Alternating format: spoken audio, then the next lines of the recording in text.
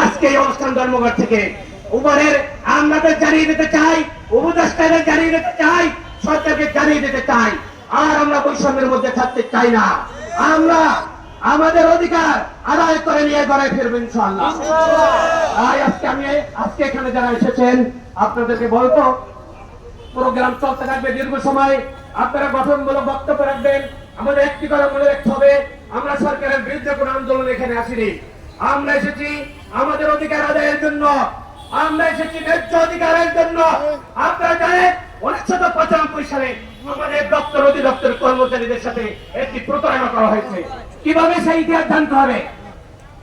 1995 সালে দপ্তর অধিদপ্তরের এবং সচিবালয়ের সকল কর্মচারী মিলে একত্রে পদবি বৈষম্যের জন্য আন্দোলন করে আসছিল।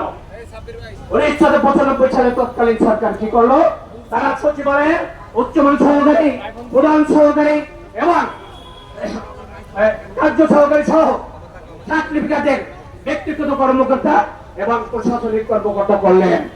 অথচ বাহিরের দপ্তর অধিদপ্তরের কর্মচারীদের পদবি আর পরিবর্তন করলেন না। অত্যন্ত দুর্ভাগ্যের বিষয়, তখন আমাদের সাথে প্রতারণা শুরু হয়েছে। আমরা তখন থেকে আন্দোলন করে আসছিলাম। আমাদের সেই আন্দোলন আজকে প্রায় 30 বছর হয়ে গেল, এখন পর্যন্ত আমাদের আন্দোলন, আমাদের দাবি মানা হয়নি। আমরা প্রশাসনিক কর্মকর্তা নামে একটি সংগঠন শুধু একটি দাবি নিয়ে প্রায় দীর্ঘ 30 বছর কাজ করতেছে। প্রশাসনিক কর্মকর্তার দাবির প্রেক্ষিতে বর্তমানে সচিবালয়ে একটি কমিটি গঠন